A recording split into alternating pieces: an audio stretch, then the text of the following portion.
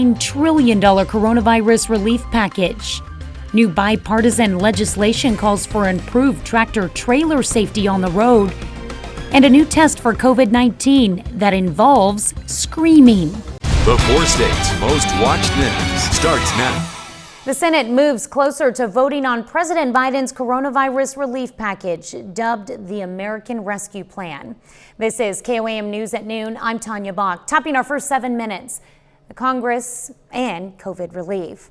Today is expected to be dominated by the so-called vote-a-rama, where senators have unlimited opportunities to propose amendments. The Senate returned this morning to debate the $1.9 trillion relief package, but only after a nearly 11-hour reading of the 628-page bill, which lasted until 2 a.m. Today's amendments are a chance for Republicans to try to change the shape of the bill, which they argue is too big and not targeted. Democrats have agreed to a new proposal to lower federal unemployment benefits from $400 a week to $300 per week, but they will keep the benefits running through September. As for direct payments, people making up to $75,000 a year will receive the full $1,400 stimulus checks, and Republicans will likely propose cuts to the $350 billion in funding for state and local governments. Final vote is not expected in the Senate until this weekend. Well, parts of the four states saw a few showers this morning. Michael Hayslip joins us with the first look at your weekend forecast. On the bright side, it is Friday. On the other side, it's a little bit blah outside. Started that way with overcast skies, and then the rain moved in from the west. It's been relatively light, but we do see some pockets of the yellow rain that kind of got on it there south of I-44. Another positive aspect of it, though, everything moved in from central Kansas, and we do see it lightening up out there. Trace amounts for most of the four states. Haven't really had any reports really above about 0.3 of an inch. Got a couple more hours to go, however. Just don't let it slow you down travel-wise, because even down here throughout northeast Oklahoma, with the sweeping radar shows it's a little more intense than it is for the central and certainly northern parts. Not going to have any travel concerns along I-44. Wind shifts comes in from the east. Cooler out in Monette and Cassville. They sunk down to the low 40s. Everybody else pretty much where we were pre-sunrise, with temperatures ranging from the mid-40s there in Pittsburgh all the way to the low 50s, where we got 52 in Joplin, and we got a pair of 53s in Parsons and Oswego. Mercury's not really going to change throughout the course of the day. This is kind of nice right here. We got a chance to get a little peek of some sunshine before we get down to sunset. And speaking of sunshine, that's what's going to dominate our weekend. Future Track will push all this, either dissipate right in front of us or push it off to the south. Clearing skies overnight. It does get a little chilly there for Friday night into Saturday morning, but then that sun's going to put us up into the 60s, not only for Saturday, but Sunday as well. Won't need to worry about coming close to that freezing mark after that, because we've got a warming trend on our hands that even has the potential for thunderstorm activity for Wednesday and Thursday. Coming up here in just a little bit, Tanya, we'll not only take a look at those accumulation numbers, but let's fast forward from Saturday into Sunday for any of you that may have outdoor weekend plans as well. All right, sounds excellent. Thanks, Michael. Pittsburgh police say the suspicious device found near campus this week did contain a small amount of incendiary components. On Wednesday, Pitt State Police found the device on the 1500 block of Joplin Street, and later the Kansas State Highway Patrol's hazardous device unit left with it. Officials say the unit was able to dismantle it and found incendiary components inside. Pieces of the device have been sent to a lab to examine for further evidence. A better than expected report on the job market could be a sign the economy is ready to recover from the coronavirus. In February, the U.S. economy added 379,000 jobs, and the unemployment rate fell to 6.2%. Experts say many Americans have been saving money during the pandemic and could be ready to spend, which would boost the economy and jobs even more. Some of the most serious accidents on the road happen when a car collides with a tractor trailer. A group of lawmakers is hoping to pass legislation they believe can prevent some of those crashes. Chris Van Cleve reports. When a car hits the side of a tractor trailer, the results can be devastating. The Insurance Institute for Highway Safety says more than 850 people died in 2019 alone in underride crashes where a vehicle hit the side or rear of a semi. I can't bear that they're not here anymore. In 2017, I talked to Mary Ann Carth. She lost her daughters, Annalie and Mary, in an underride crash 8 years ago. The car they were in was hit from behind, spun around, and the back slammed under a tractor trailer. The two girls in the back seat were killed. Mary Ann, who was in the front, survived. Their lives were just abruptly ended. They didn't set out that day knowing that their lives were going to be over. Mary Ann is supporting bipartisan legislation to prevent these accidents. The bill, reintroduced on Thursday, would require big rigs to have guards like this on the sides to stop a car from going under. It also calls for upgraded guards on the front and back. Critics say the new guards would add weight to a tractor trailer, increasing costs and leading to more trucks on the road. We've lost almost a life a day to underride accidents in this country. This is the third time since 2017 Congressman Steve Koam and other lawmakers have tried to get the legislation passed. What do you say to the critics that say it's too expensive and hurts their business? How much is a life worth? A life is worth more than any of that. The European Union has required side guards for almost 20 years, but they are not mandatory in the U.S. I know that truck crashes can be survivable. Mary Ann believes the safety measure would have prevented her crash and kept her children alive. Chris Van Cleve, CBS News, Washington. We reached out to the Truck Trailer Manufacturers Association for comment, but they have not yet given us a statement. In World Watch, Pope Francis brings his message of peace to Baghdad today. It's the first time any pope in the history of Christianity has set foot in the birthplace of Abraham of the Old Testament.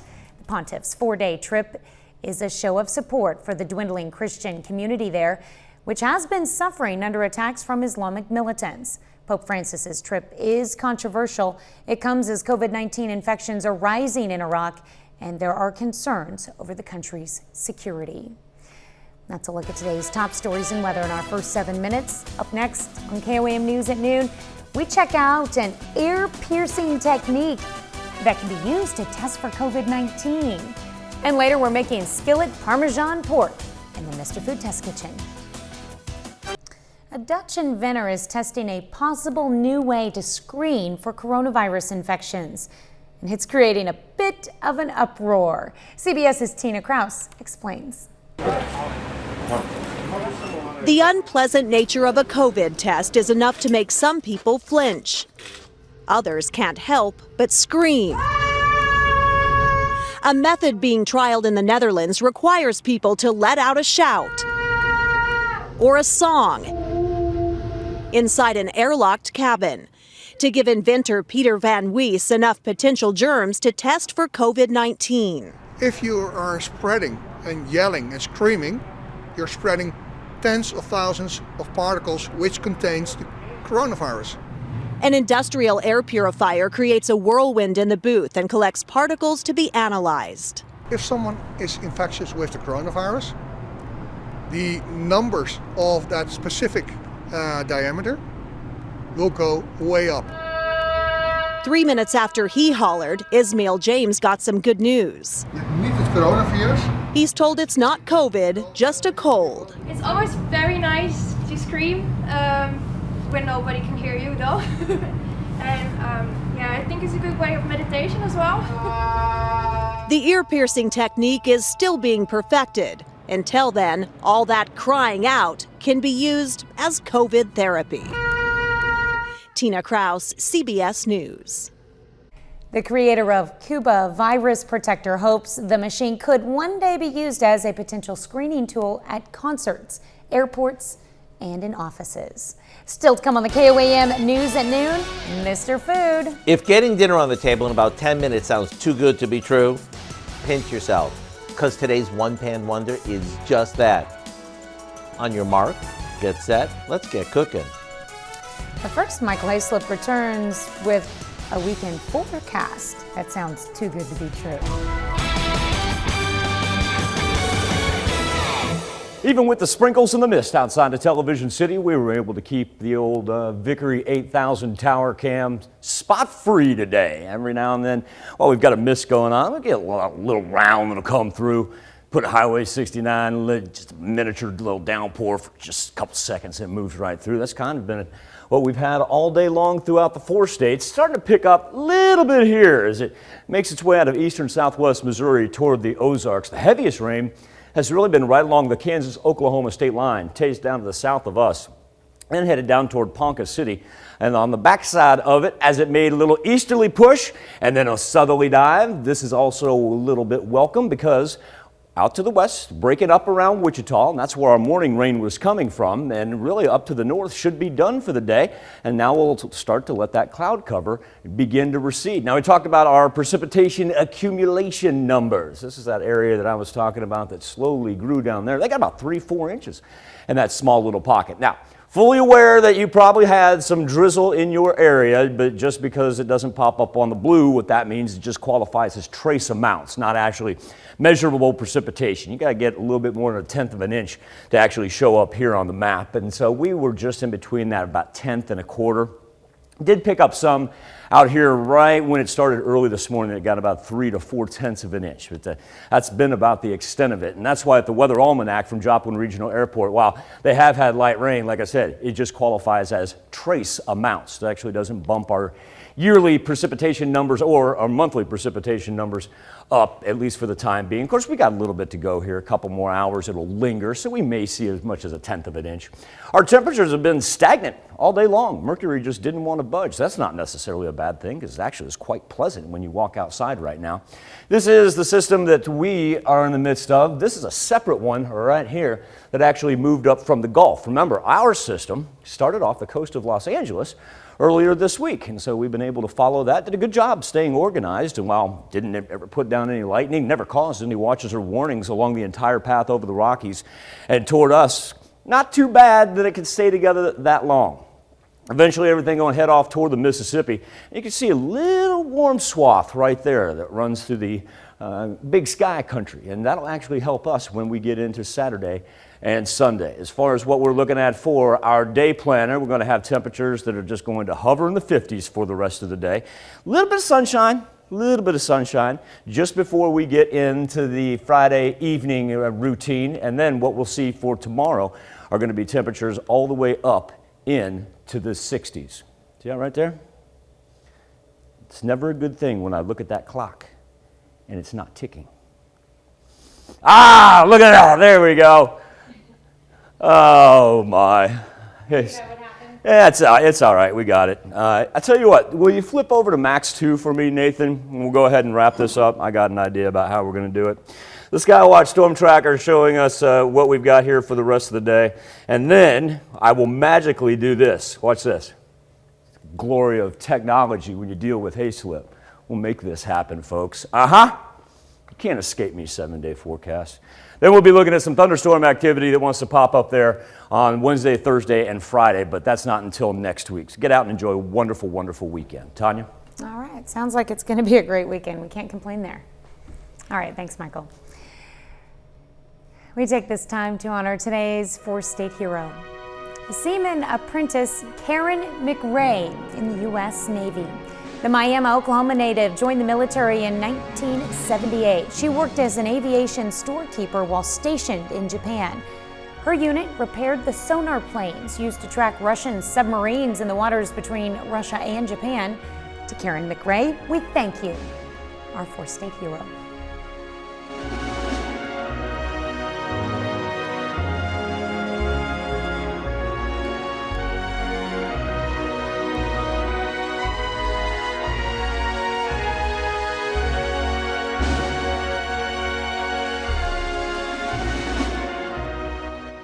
Need a full of flavor pork tenderloin recipe that's also quick to get on the table? Today, Howard shows us how to make his skillet Parmesan pork in the Mr. Food Test Kitchen.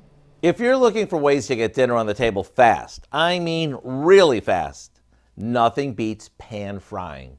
What I like about pan frying is that it helps seal in the juices while allowing the outside of whatever you're cooking to get nice and crispy. To show you what I mean, we've got a tasty new dish for you to try tonight.